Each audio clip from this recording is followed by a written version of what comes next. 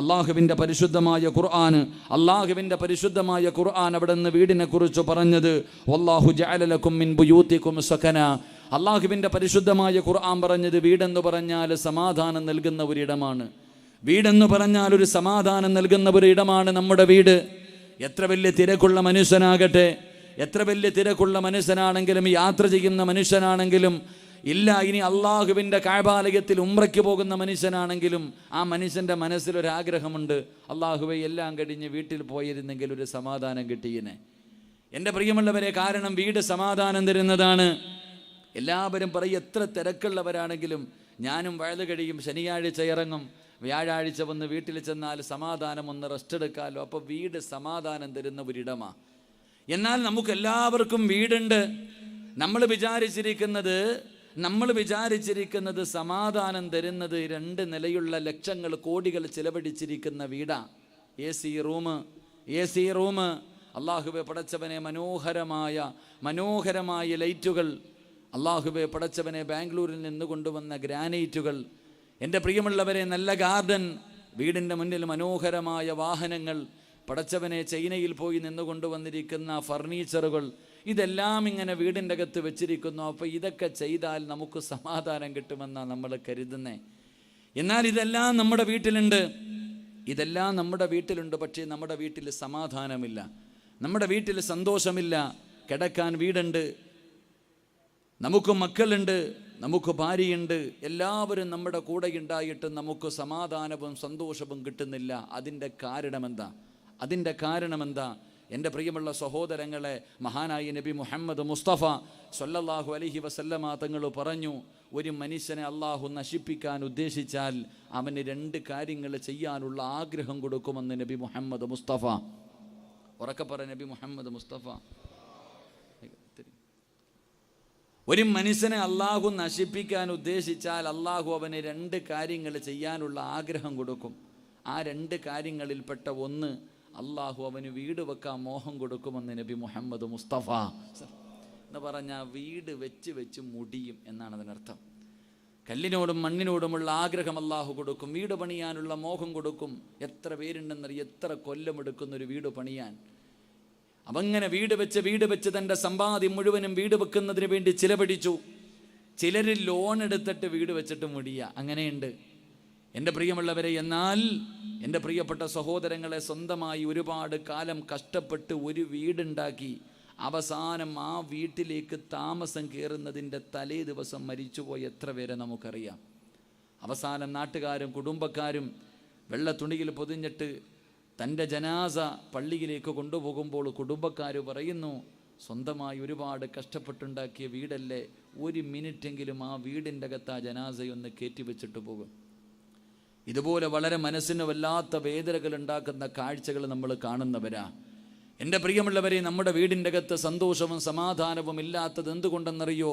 മഹാനായ നബി മുഹമ്മദ് മുസ്തഫ സ്വല്ലല്ലാഹു അലൈഹി വസല്ലമ തങ്ങളുടെ മുന്നിലേക്ക് ഒരു മനുഷ്യൻ വന്ന് കരഞ്ഞുകൊണ്ട് പറഞ്ഞു, യാ റസൂലല്ലാ, എനിക്കൊരു തറവാടുണ്ടായിരുന്നു നബിയെ, എനിക്കൊരു വീടുണ്ടായിരുന്നു നബിയെ. അവിടെ എൻ്റെ ഉമ്മയും എൻ്റെ വാപ്പയും എൻ്റെ ഭാര്യയും എൻ്റെ മക്കളും എൻ്റെ കൂടപ്പുറപ്പും ഞങ്ങളെല്ലാവരും വളരെ സന്തോഷത്തോടു കൂടി അവിടെ ജീവിച്ച്, നല്ല പണമുണ്ട്, നല്ല കച്ചവടമുണ്ട്, എല്ലാവർക്കും ആരോഗ്യമുണ്ട്, എല്ലാവരും സന്തോഷത്തോടു കൂടിയാണ് കഴിഞ്ഞത്. ഞാൻ സ്വന്തമായിട്ടൊരു വീട് വെച്ചു. ആ ചെറുപ്പക്കാരൻ പറയുകയാ, ഞാൻ സ്വന്തമായിട്ടും മറ്റൊരു വീട് വെച്ചു. ഞാൻ ആ വീട്ടിലേക്ക് താമസിക്കാൻ വേണ്ടി കടന്നു ചെന്നു. നബിയേ, ഞാനവിടെ താമസിക്കാൻ തുടങ്ങിയതിന് ശേഷം എൻ്റെ കച്ചവടം മുഴുവനും തകർന്ന് തെരിപ്പണമായി. എൻ്റെ മക്കളും മരിച്ചു നബിയെ, എൻ്റെ മക്കൾ ആ വീട്ടിൽ പോയതിന് ശേഷം മരിച്ചുപോയി നബിയെ. എനിക്കും എൻ്റെ ഭാര്യയ്ക്കൊക്കെ വല്ലാത്ത രോഗങ്ങളും പ്രയാസങ്ങളും പ്രതിസന്ധികളും നബിയെ, മാനസികമായി വല്ലാതെ തകർന്നുപോയി. എനിക്ക് വേണ്ടി ഒന്ന് ദുആ ചെയ്യുമോ എന്ന് പ്രവാചകൻ സ്വല്ലല്ലാഹു അലൈഹി വസല്ലമ തങ്ങളോട് ചോദിച്ചപ്പോൾ പ്രവാചകൻ ആ ചെറുപ്പക്കാരനോട് പറഞ്ഞത്, ആ വീട് ഒഴിവാക്കാനാ. അള്ളാഹു നമുക്ക് ഈമാൻ നൽകി അനുഗ്രഹിക്കുമാറാകട്ടെ. പ്രവാചകൻ ആ ചെറുപ്പക്കാരനോട് പറഞ്ഞത്, നിനക്ക് ആ വീട് ചേർന്നതല്ല, നീ അത് ഒഴിവാക്കാനാ പറഞ്ഞേ. എൻ്റെ പ്രിയമുള്ളവരെ, അതുകൊണ്ട് നമ്മുടെ വീടുകളിൽ സന്തോഷവും സമാധാനവും ഇല്ലാത്തതിൻ്റെ കാരണം എന്തെന്നറിയുമോ? നമ്മുടെ വീട്ടിൽ അള്ളാഹുവിൻ്റെ റഹ്മത്തിൻ്റെ മലക്കുകളുടെ സാന്നിധ്യമില്ലാത്തത് കൊണ്ടാണ്. അള്ളാഹു നമുക്ക് ഈമാൻ നൽകി അനുഗ്രഹിക്കുമാറാകട്ടെ. നമ്മുടെ വീട്ടിൽ സന്തോഷവും സമാധാനവും ഇല്ലാത്തതിൻ്റെ ഒന്നാമത്തെ കാരണം, നമ്മുടെ വീട്ടിൽ അള്ളാഹുവിൻ്റെ റഹ്മത്തിൻ്റെ മലക്കുകൾ വരുന്നില്ല.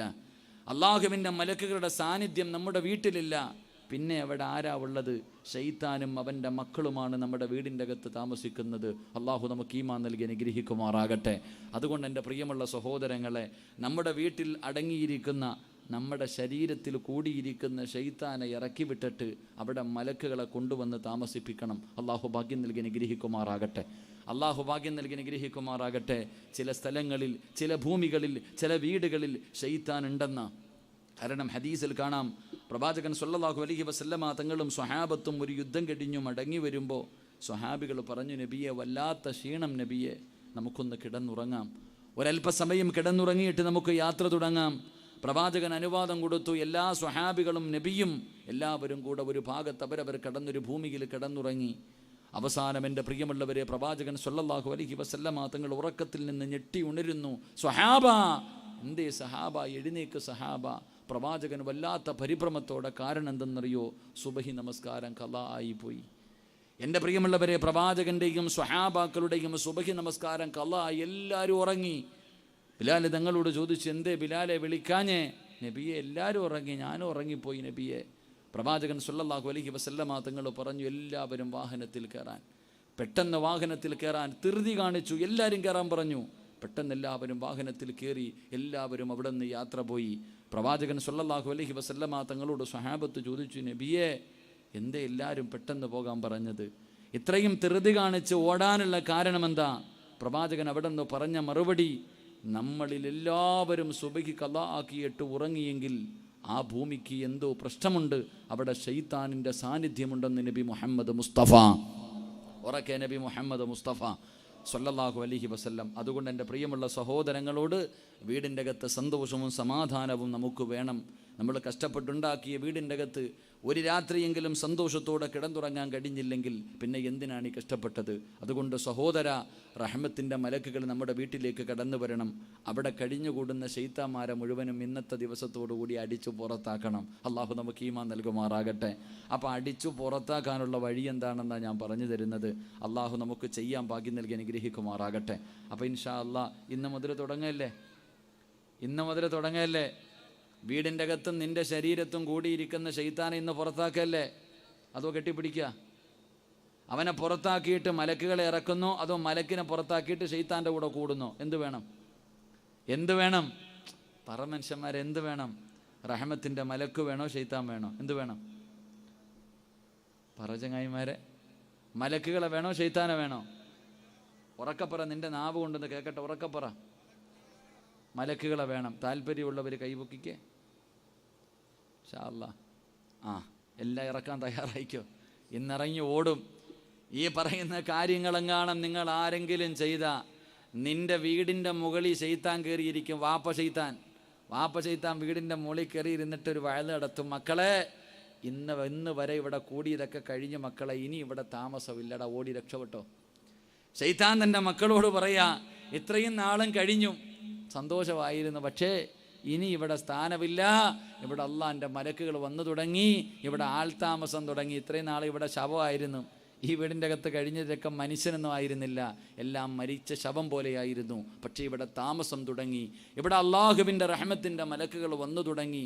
എല്ലാവരും ഓടി രക്ഷപ്പെട്ടോ, അടുത്ത വീട് നോക്കിക്കോ എന്ന് ശൈത്താൻ പറയുമെന്ന് നബി മുഹമ്മദ് മുസ്തഫ സ്വല്ലല്ലാഹു അലൈഹി വസല്ലമ തങ്ങൾ അവിടെ നിന്ന് പറയുമ്പോൾ, എൻ്റെ പ്രിയമുള്ള സഹോദരങ്ങളെ, സഹോദരിമാരെ, അള്ളാഹുവിൻ്റെ പ്രവാചകൻ സ്വല്ലല്ലാഹു അലൈഹി വസല്ലമ തങ്ങൾ അവിടെ നിന്ന് പറയുകയാണ്, നമ്മൾ ഈ ഭൂമിയിൽ നിന്ന് ആകാശത്തേക്ക് നോക്കുമ്പോൾ നക്ഷത്രങ്ങൾ തിളങ്ങുന്നത് പോലെ, ഈ ഭൂമിയിൽ നിന്ന് ആകാശത്തേക്ക് നോക്കുമ്പോൾ നക്ഷത്രങ്ങൾ തിളങ്ങുന്നത് പോലെ മലക്കുകൾ ആകാശത്ത് നിന്ന് ഭൂമിയിലേക്ക് നോക്കുമ്പോൾ ചില വീടുകൾ തിളങ്ങുമെന്ന് നബി മുഹമ്മദ് മുസ്തഫ സല്ലല്ലാഹു അലൈഹി വസല്ലമ തങ്ങൾ പറയുകയാണ്. ഈ നാട്ടിലെ ചില വീടുകൾ ഇങ്ങനെ തിളങ്ങുകയാണ്, മലക്കുകൾ കാണുകയാണ്. ആ മലക്കുകൾ ആ വീട്ടിലേക്ക് വന്നു പോവുകയാണ്. എൻ്റെ പ്രിയമുള്ളവരെ, പ്രവാചകൻ സല്ലല്ലാഹു അലൈഹി വസല്ലമ തങ്ങൾ പറയുമ്പോൾ നമ്മുടെ വീട്ടിലേക്ക് റഹ്മത്തിൻ്റെ മാലാഖമാർ ഇറങ്ങി വരണോ, അള്ളാഹുവിൻ്റെ റഹ്മത്തിൻ്റെ മലക്കുകൾ നമ്മുടെ വീട്ടിലേക്ക് കടന്നു വരണോ?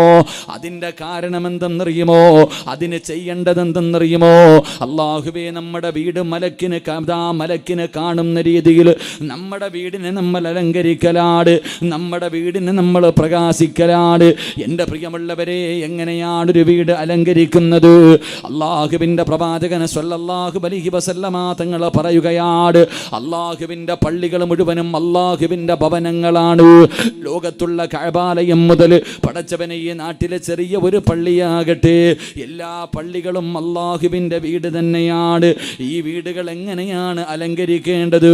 അത് AC വെച്ചിട്ടല്ല, ലൈറ്റ് വെച്ചിട്ടല്ല. അല്ലാഹുവിൻ്റെ പള്ളികൾ അലങ്കരിക്കേണ്ടത് എങ്ങനെയെന്നറിയുമോ? അത് ഇബാദത്ത് കൊണ്ടാണെന്ന് നബി മുഹമ്മദ് മുസ്തഫ സ്വല്ലല്ലാഹു അലൈഹി വസല്ലമ തങ്ങൾ അവിടെന്ന് പറഞ്ഞു തരുമ്പോൾ, എൻ്റെ പ്രിയമുള്ളവരെ, അല്ലാഹുവിൻ്റെ ഭവനം എങ്ങനെയാണ് അലങ്കരിക്കുന്നത്? അല്ലാഹുവിൻ്റെ വീട് അലങ്കരിക്കുന്നത് ഇബാദത്ത് കൊണ്ടാണെങ്കിൽ, എൻ്റെ പ്രിയമുള്ള മുസ്ലിമേ, നമ്മുടെ വീടും അലങ്കരിക്കേണ്ടത് എന്തുകൊണ്ടെന്നറിയുമോ? അതാ ആകാശത്ത് നിന്ന് ഭൂമിയിലേക്ക് മലക്കുകൾ നോക്കുമ്പോൾ പ്രകാശിക്കുന്ന ചില വീടുകൾ കാണുകയാണ്. ആ വീട് തേടിയിട്ട് മലക്കുകൾ ഇറങ്ങി വരികയാണ്. അങ്ങനെ പ്രകാശിക്കുന്ന ഒന്നാമത്തെ വീടേതാ? മുത്തുനബി പറയുന്ന സ്വഹാബാ, അത് പടച്ച റബ്ബിന്റെ മുന്നിൽ സുജൂദ് ചെയ്യുന്ന ഭവനമാണെന്ന് നബി മുഹമ്മദ് മുസ്തഫ സല്ലല്ലാഹു അലൈഹി വസല്ലമ തങ്ങൾ അവിടെന്ന് പറയുമ്പോൾ, അല്ലാഹുവേ, പള്ളിയുടെ മിനാരത്തിൽ നിന്ന് ഓരോ ദിവസം 5 നേരം ഹയ്യ അലസ് സ്വലാ, ഹയ്യ അലൽ ഫലാ, അല്ലാഹുവിൻ്റെ പള്ളിയുടെ മിനാരത്തിൽ നിന്ന് ബാങ്ക് വിളിക്കുമ്പോൾ ഏത് വീടിൻ്റെ അകത്താണോ നമസ്കരിക്കുന്നത്, ഏത് വീടിൻ്റെ അകത്താണോ നമസ്കാരമുള്ളത്, ആ വീട്ടിലേക്ക് അല്ലാഹുവിൻ്റെ റഹ്മത്തിൻ്റെ മലക്കുകൾ കടന്നു വരുമെന്ന് നബി മുഹമ്മദ് മുസ്തഫ സ്വല്ലല്ലാഹു അലൈഹി വസല്ലമ തങ്ങൾ പറഞ്ഞു തരുമ്പോൾ, ഈ സദസ്സിലിരിക്കുന്ന വാപ്പമാര് പഠിച്ചോ, നിന്റെ നാശത്തിൻ്റെ ഒന്നാമത്തെ കാരണം എന്താ? നിനക്ക് സമാധാനമില്ലാത്തതിൻ്റെ, നിനക്ക് സന്തോഷമില്ലാത്തതിൻ്റെ, എല്ലാം കിട്ടിയിട്ട് പടച്ചവനെ നിന്റെ ജീവിതം ഇങ്ങനെയാകാറുള്ള കാരണമെന്താ? നിന്റെ കച്ചവടങ്ങൾ മുഴുവനും തകർന്ന് തരിപ്പണമാകാറുള്ള കാരണമെന്താ? എത്ര ഉണ്ടാക്കിയിട്ടും ഒന്നും തികയാത്തതിൻ്റെ കാരണമെന്താ? എൻ്റെ പ്രിയമുള്ളവരെ, നിന്റെ വീടിൻ്റെ അകത്ത് പടച്ച റബ്ബിന്റെ മുന്നിൽ സുജൂദ് ചെയ്യാത്തത് കൊണ്ടാ, അല്ലാഹുവിനെ നിന്റെ വീടിൻ്റെ അകത്ത് ഓർക്കാത്തത് കൊണ്ടാ. നമസ്കാരം നമ്മുടെ വീട്ടിലില്ലല്ലോ. പടച്ചവനെ എത്ര പേരാണ് നമസ്കരിക്കുന്നത്? ആണുങ്ങൾക്ക് വീട്ടിലെ ജമാഅത്തില്ല.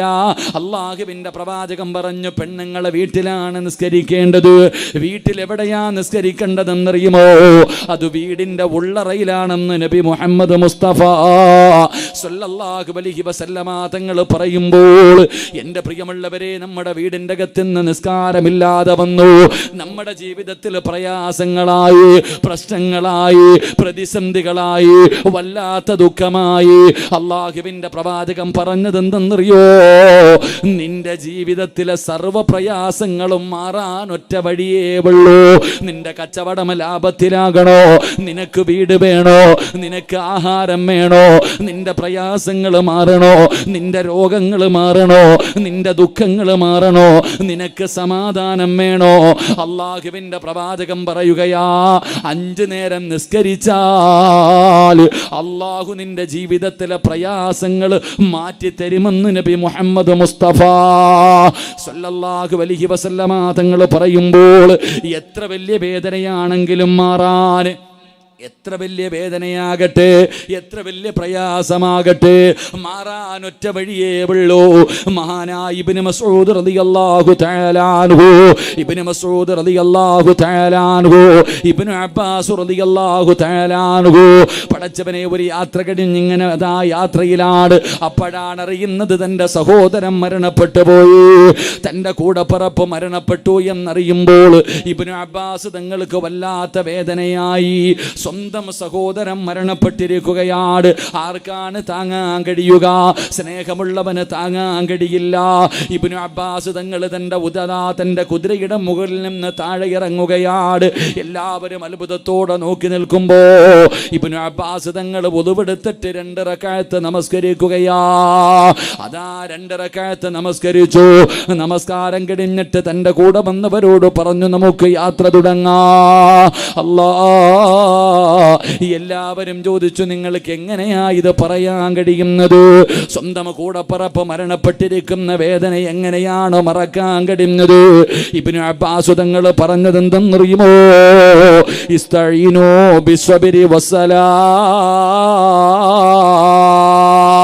അല്ലാഹുവിന്റെ ഖുർആനാ പറഞ്ഞത്. എൻ്റെ പ്രിയമുള്ളവരെ, നമസ്കാരം എല്ലാ ദുഃഖത്തിനുമുള്ള പരിഹാരമാ, എല്ലാ പ്രശ്നങ്ങൾക്കുമുള്ള പരിഹാരമാ, എല്ലാ പ്രതിസന്ധികൾക്കുമുള്ള പരിഹാരമാ. നിസ്കാരമെന്ന് പരിശുദ്ധമായ ഖുർആൻ എവിടെന്ന് പറഞ്ഞു തരുമ്പോ, എൻ്റെ പ്രിയമുള്ളവരെ, നിങ്ങളിൽ പലരും സുബഹിക്ക് പള്ളിയിൽ പോകുന്നവരാ. ഇരിക്കുന്ന പെണ്ണുങ്ങളിൽ പലരും നിസ്കരിക്കുന്നവരാ. നിങ്ങൾ നിസ്കരിക്കില്ല എന്ന് ഞാൻ പറയുന്നില്ല. പക്ഷേ സുബഹിക്ക് പള്ളിയിലേക്ക് പോകുന്ന വാപ്പാ, നിന്റെ ഭാര്യ നിസ്കരിക്കാറുണ്ടോ? നിന്റെ ഭാര്യ നിസ്കരിക്കാറുണ്ടോ? മഹാനായ പ്രവാചകൻ സല്ലല്ലാഹു അലൈഹി വസല്ലമ തങ്ങൾ പറഞ്ഞു, ഒരു ഭർത്താവിന് സ്വർഗമുണ്ട്, ഒരു ഭർത്താവിന് സ്വർഗമുണ്ട്. ഏതു ഭർത്താവിനെന്നറിയോ? രാവിലെ സുബഹിക്ക് പള്ളിയുടെ മിനാരത്തിൽ നിന്ന് ബാങ്ക് വിളിച്ചു, നമസ്കരിക്കുന്നതിന് വേണ്ടി എഴുന്നേറ്റു, ചാരത്ത് കിടക്കുന്ന ഭാര്യയെ വിളിച്ചുണർത്തി, എന്നിട്ട് ബാത്റൂമിൽ പോയി നിന്റെ ആവശ്യങ്ങൾ മുഴുവനും കഴിഞ്ഞിട്ട് ഒതുവെടുത്തിട്ട് തിരിച്ചു വരുമ്പോൾ നിന്റെ ഭാര്യ അതേപോലെ അവിടെ കിടന്നുറങ്ങുകയാണ്. കിടപ്പറയിൽ എഴുന്നേക്കാതെ കിടന്നുറങ്ങുന്ന ഭാര്യയുടെ മുഖത്തേക്ക് ഒലുവെടുത്തിട്ട് നിന്റെ മുഖത്തിരിക്കുന്ന വെള്ളത്തിന്റെ തുള്ളികളുണ്ടല്ലോ, ആ വെള്ളം ഇങ്ങനെ എടുത്തിട്ട് നിന്റെ ഭാര്യയുടെ മുഖത്തിങ്ങനെ കുടഞ്ഞിട്ട് എഴുന്നേറ്റ് നിസ്കരിക്കടി എന്ന് പറയുന്ന മനുഷ്യര് അല്ലാഹു സ്വർഗ്ഗം കൊടുക്കുമെന്ന് നബി മുഹമ്മദ് മുസ്തഫ സല്ലല്ലാഹു അലൈഹി വസല്ലമ തങ്ങൾ പറയുമ്പോൾ, വാപ്പാ, നീ നിന്റെ ഭാര്യയെ വിളിക്കൂല. പെണ്ണെ, തഹജ്ജുദ് നിസ്കരിക്കാൻ എഴുന്നേക്കുന്ന പെണ്ണ്, സുബഹി നിസ്കരിക്കുന്ന പെണ്ണ്, നീ നിന്റെ ഭർത്താവിനെ വിളിച്ചുണർത്തിയിട്ട് നിസ്കരിക്കാൻ പറയുവോ? ഉസ്താദേ, ജീവിതത്തിലെ സമാധാനമില്ല, കണ്ണീരാണെന്ന് പറയുന്നതിൻ്റെ കാരണം അതാണ് പൊന്നുമോള്. എൻ്റെ പ്രിയപ്പെട്ട വാപ്പമാരോടും ഉമ്മമാരോടും ചോദിക്കട്ടെ, നീ എഴുന്നേറ്റ് പള്ളിയിൽ പോകും, നീ എഴുന്നേറ്റ് പള്ളിയിൽ പോകും, നീ എഴുന്നേറ്റ് സുബഹി നിസ്കരിക്കും. പക്ഷേ അടുത്ത റൂമിൽ കിടക്കുന്ന നിന്റെ പൊന്നുമോളെ നിസ്കരിക്കാൻ നീ വിളിക്കുവോ? എൻ്റെ വാപ്പയോട് ചോദിക്കുകയാ, വാപ്പാ, 18 19 വയസ്സുള്ള നിന്റെ പൊന്നാര മക്കള് അടുത്ത റൂമിലല്ലേ കിടക്കുന്നത്? എടാ, എഴുന്നേറ്റ് എൻ്റെ കൂടെ പള്ളിയിൽ വാ എന്ന് പറയാ നിന്നെ കൊണ്ട് കഴിയുമോ? അല്ലാഹുവേ, പടച്ചവനെ, പല മാതാപിതാക്കളും കരുതിയിരിക്കുന്നത് വിവാഹം കഴിഞ്ഞാൽ എല്ലാം കഴിഞ്ഞെന്നാണ്. വിവാഹം കഴിഞ്ഞാൽ എല്ലാം കഴിഞ്ഞെന്നാ? ഇല്ല വാപ്പാ, ഒരിക്കലും നീ അങ്ങനെ ചിന്തിക്കല്ലേ. നിന്റെ ബാധ്യത തീരൂല. മഹാനായ നബി മുഹമ്മദ് മുസ്തഫ സല്ലല്ലാഹു അലൈഹി വസല്ലമ തങ്ങള് തൻ്റെ പ്രിയപ്പെട്ട പൊന്നുമോള് ഫാത്തിമ ബീബി റളിയല്ലാഹു തആല അൻഹാ അലിയാര് തങ്ങളുടെ കയ്യിൽ പിടിച്ചു കൊടുത്തു. തൻ്റെ പൊന്നാര മകളുടെ വിവാഹം കഴിഞ്ഞു. എന്നാലും അല്ലാഹുവേ, മുത്തുനബി ഫാത്തിമ ബീവിയുടെ വീടിൻ്റെ മുന്നിൽ ചെന്നിട്ട് അലിയാര് തങ്ങളുടെ കൂടെ റൂമിൻ്റെ അകത്ത് കിടക്കുന്ന പൊന്നാര മകളുടെ വീടിൻ്റെ മുന്നിൽ ചെന്നിട്ട് ലോകത്തിൻ്റെ നേതാവ് വിളിക്കുന്നു, മോളെ ഫാത്തിമ, എഴുന്നേറ്റ് നിസ്കരിക്കുമോളെ. സുബഹി നിസ്കരിക്കാനല്ല വിളിച്ചത്, തഹജ്ജുദ് നിസ്കരിക്കുന്നതിന് പോലും അല്ലാഹുവിൻ്റെ പ്രവാചകൻ തൻ്റെ പൊന്നാര മകളെ വിളിച്ചുണർത്തുമായിരുന്നു എന്ന് ചരിത്രം പറയുമ്പോ നിന്നെ കൊണ്ട് കഴിയുമോ വാപ്പാ? 19 വയസ്സുള്ള പൊന്നുമോള് ഭർത്താവിൻ്റെ കൂടെ അടുത്ത റൂമിൽ കിടക്കുന്നുണ്ട്. നിനക്കൊന്ന് ചെന്നിട്ട് വാതിലിലൊന്ന് മുട്ടിയിട്ട് എഴുന്നേറ്റ് നിസ്കരിക്കും മക്കളെ. പറയാ നിനക്ക് സമയമില്ലല്ലോ. എഴുന്നേറ്റ് പള്ളിയിൽ പോകുന്ന വാപ്പയാ, കഴിയുവോ പൊന്നുമോള്? നീ മാത്രം നിസ്കരിച്ചാ പോരാ. അല്ലാഹ് പറഞ്ഞത് നീ മാത്രം രക്ഷപ്പെട്ടാ മതിയോ? അല്ലാഹ് ഖുർആനിൽ എന്താ പറഞ്ഞത്? അല്ലാഹ് ഖുർആനിൽ എന്തേ പറഞ്ഞത്? അവിടെന്ന് പറഞ്ഞു ഖൂ അൻഫുസകും വഅഹ്ലീകും നാറാ വഖൂദുഹൻ നാസു വൽ ഹിജാറാ. അല്ലാഹ് ഖുർആനിൽ പറഞ്ഞത് നീ മാത്രം രക്ഷപ്പെട്ടാ പോരാ, നിന്റെ കുടുംബത്തെ കൂടെ നരകത്തിൽ നിന്ന് രക്ഷപ്പെടുത്തണേ എന്ന് ഖുർആൻ പറയുമ്പോ, സ്വന്തം മക്കളും ഭാര്യയും വീടിന്റെ അകത്ത് കിടന്ന് ഉറങ്ങുമ്പോ അവരെ വിളിച്ചുണർത്തി പള്ളിയിൽ ആൺമക്കളെ പള്ളിയിൽ കൊണ്ടുപോകാത്ത വാപ്പാ, തന്റെ പൊന്നാര മകൾ അടുത്ത റൂമിൽ കിടന്ന് സുഖിച്ചുറങ്ങുമ്പോ അവരെ വിളിച്ചുണർത്താതെ സ്വന്തമായിട്ട് സുബഹി നിസ്കരിക്കുന്ന ഉമ്മ, നിന്നെ അല്ലാഹ് വെറുതെ വിടൂല, നിന്നെ അല്ലാഹ് വെറുതെ വിടൂല. നീ ആരെന്നറിയോ? സ്വന്തം മക്കളെ പള്ളിയിൽ കൊണ്ടുപോകാതെ പടച്ചവനെ രോഗം പിടിച്ചിട്ടും നീ നടന്ന് പള്ളിയിൽ പോകുമല്ലോ. സ്വന്തം മക്കളെ പള്ളിയിൽ കൊണ്ടുപോകാത്ത വാപ്പാ, നീ ആരെന്നറിയോ? നാളെ പടച്ച റബ്ബിന്റെ പരലോകത്തിലെ ഏറ്റവും വൃത്തികെട്ടവൻ നീയാണെന്ന് നബി മുഹമ്മദ് മുസ്തഫ സല്ലല്ലാഹു അലൈഹി വസല്ലമ തങ്ങൾ പറയുകയാ. നിനക്ക് തടമുണ്ടെങ്കിലും നിനക്ക് താടിയുണ്ടെങ്കിലും നീ ഇമാമാണെങ്കിലും നീ പ്രവാചകനാണെങ്കിലും നീ ഹജ്ജ് ചെയ്തവനാണെങ്കിലും നീ പള്ളി കെട്ടിക്കൊടുത്തവനാണെങ്കിലും അല്ലാഹുവേ ഹിജാബും ധരിച്ച് കയ്യിൽ തസ്ബീഹും ഇട്ട് കുത്തിക്കൊണ്ട് നടക്കുന്നവളാണെങ്കിലും നീ നാളെ പടച്ച റബ്ബിന്റെ പരലോകത്ത് കടന്നു വരുമ്പോ അല്ലാഹു നിന്നോട് സംസാരിക്കില്ല, അല്ലാഹു നിന്നോട് കരുണ കാണിക്കില്ല, അല്ലാഹു നിന്റെ മുഖത്ത് നോക്കൂല, അല്ലാഹ് നിന്നെ കണ്ട പരിചയം പോലും കാണിക്കില്ല എന്ന് നബി മുഹമ്മദ് മുസ്തഫ സല്ലല്ലാഹു അലൈഹി വസല്ലമ തങ്ങൾ പറയുമ്പോൾ, ഒരു വാപ്പ എങ്ങനെയാകണമെന്നറിയോ? ഒരു ഉമ്മ എങ്ങനെയാകണമെന്നറിയോ? എൻ്റെ പ്രിയപ്പെട്ട വാപ്പമാരോടും ഉമ്മമാരോടും എനിക്ക് പറയാനുള്ളത്, ഒരു നല്ല വാപ്പയെ ഞാൻ പറഞ്ഞു തരാ, ഒരു നല്ല വാപ്പയെ ഞാൻ പറഞ്ഞു തരാ. ആ വാപ്പ ആരെന്നറിയുമോ?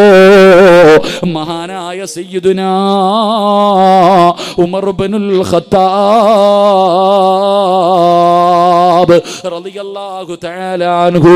പടച്ചവനെ പണ്ട് ഉമറിനെ കാണിച്ചിട്ട് വീടിന്റെ അകത്ത് കിടക്കുന്ന കൊച്ചുമക്കളോട് പറയുമായിരുന്നു, ഭക്ഷണം കഴിക്കാത്ത മക്കളോട്, ഉറങ്ങാത്ത മക്കളോട്, എടാ ഉമർ വരുന്നുണ്ട് ഉറങ്ങിക്കോ എന്ന് പറയുമ്പോ പിഞ്ചു കുഞ്ഞുങ്ങൾ വരെ പേടിച്ച് ഉറങ്ങുമായിരുന്നു.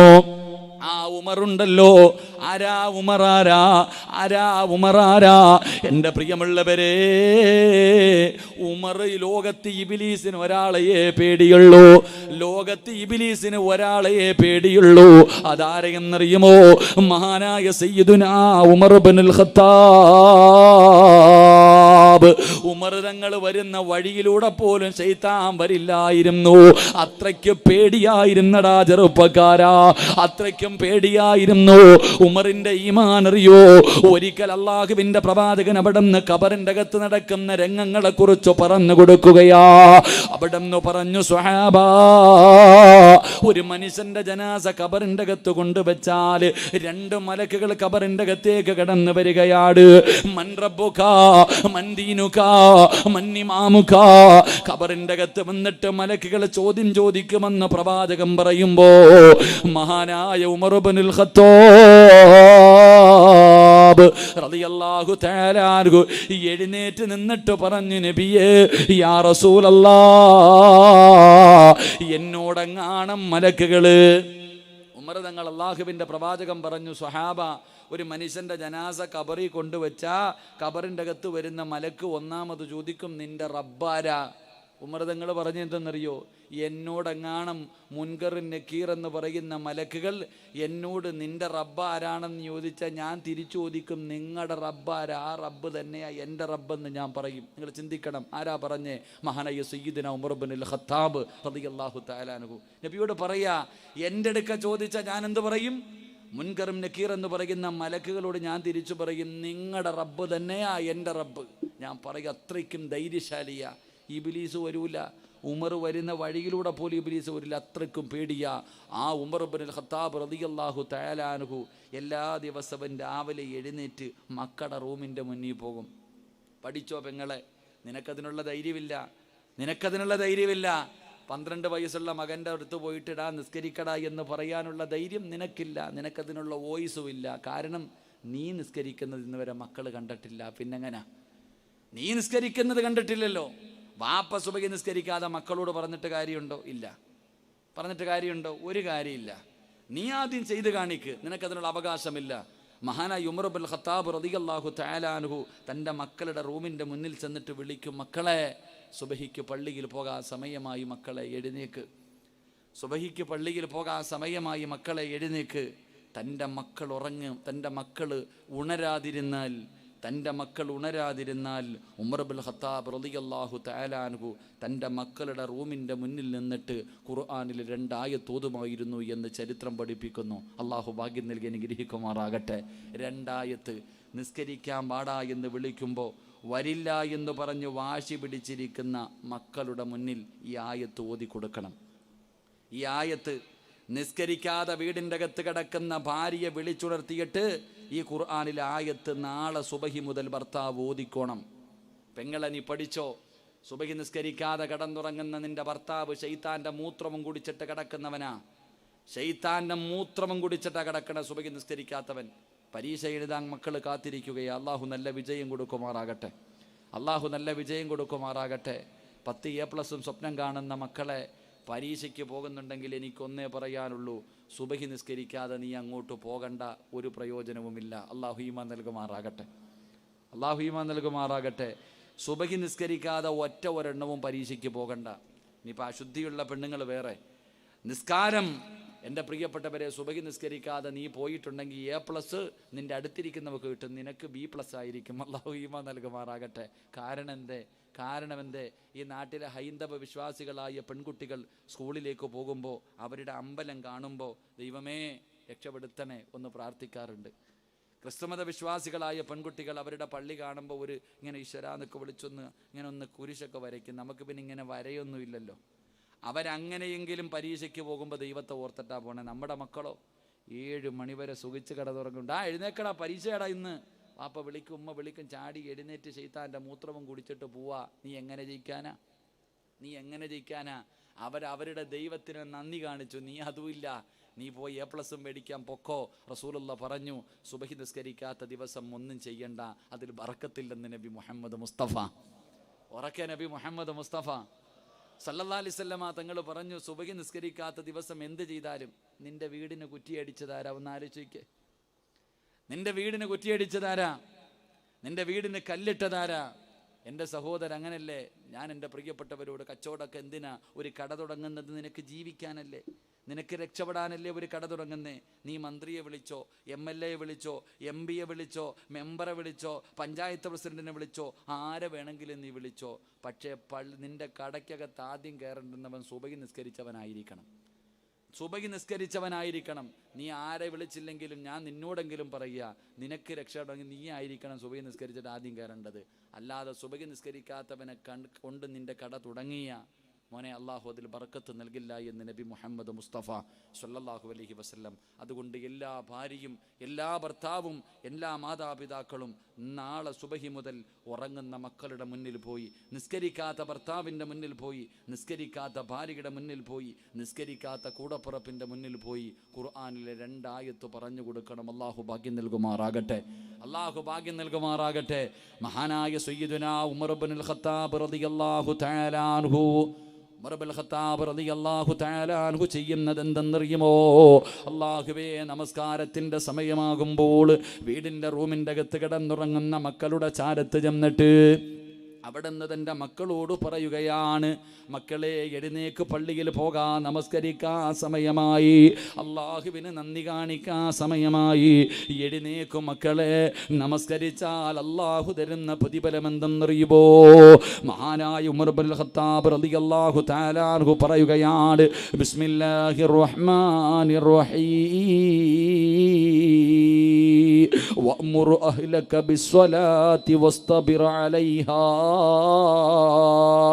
മഹാനായ ഉമർ ഇബ്നുൽ ഖത്താബ് റളിയല്ലാഹു തആല അൻഹു വീടിൻ്റെ അകത്ത് നമസ്കരിക്കാതെ കിടന്നുറങ്ങുന്ന മക്കളുടെ ചാരത്ത് ചെന്നിട്ട് അവിടുന്ന് പറയുന്നു, മക്കളെ എഴുന്നേറ്റ് നിസ്കരിക്കാൻ പാടാ മോനെ, എഴുന്നേറ്റ് നിസ്കരിക്കടാ പൊന്നുമോനെ.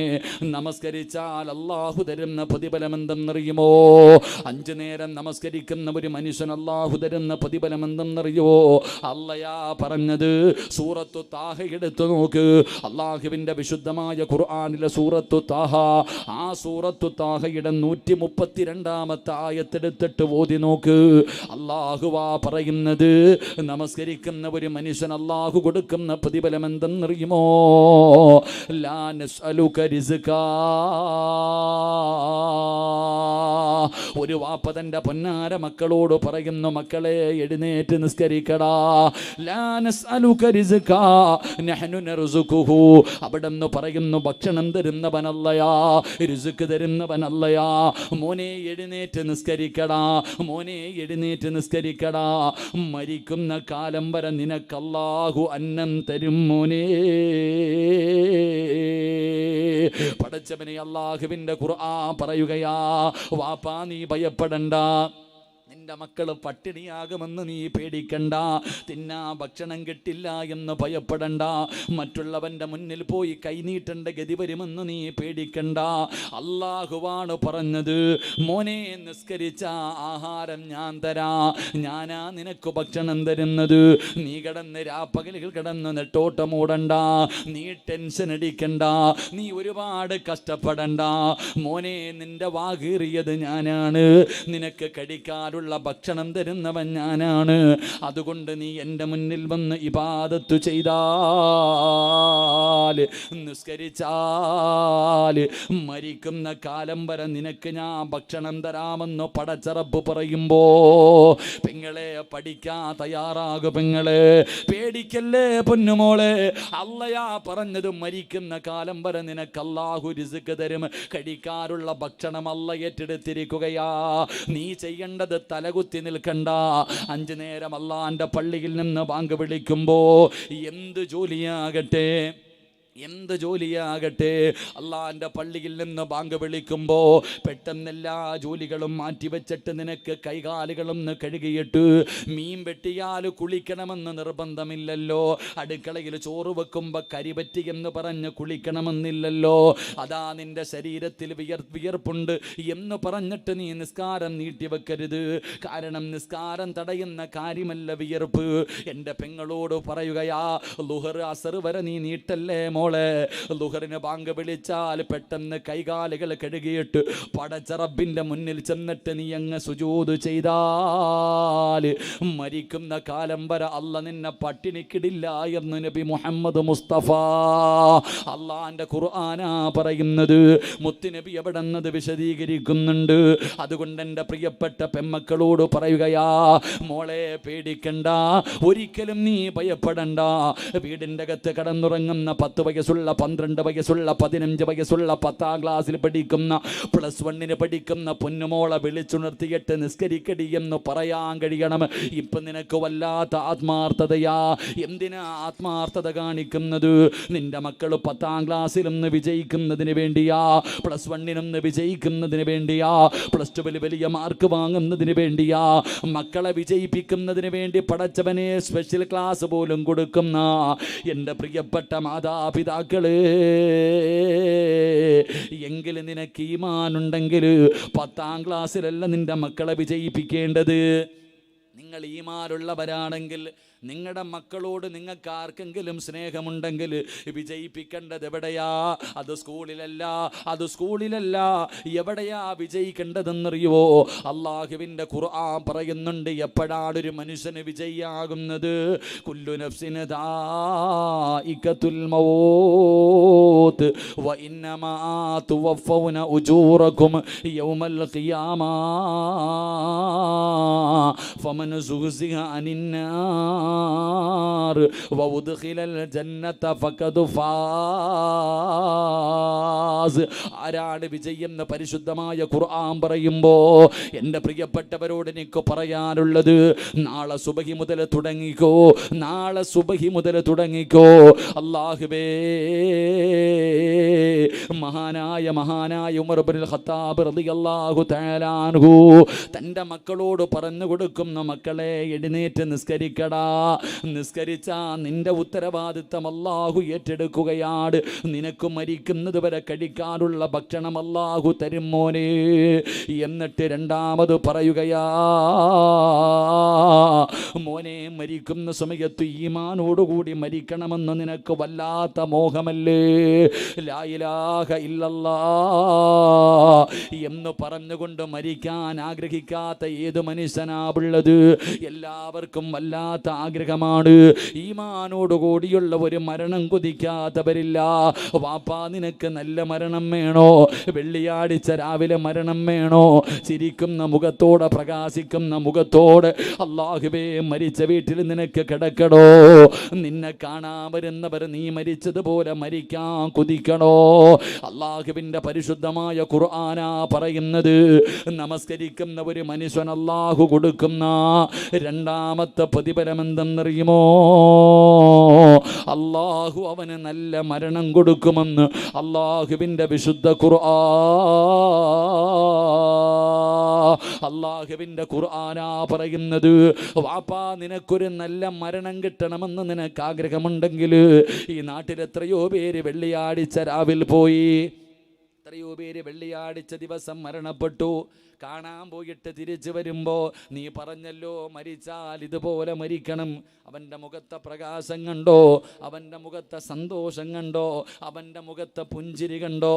എൻ്റെ പ്രിയപ്പെട്ട സഹോദരാ, വല്ലവനും അല്ലാഹു കൊടുത്ത മരണം പറഞ്ഞ് നടന്നാ മതിയോ?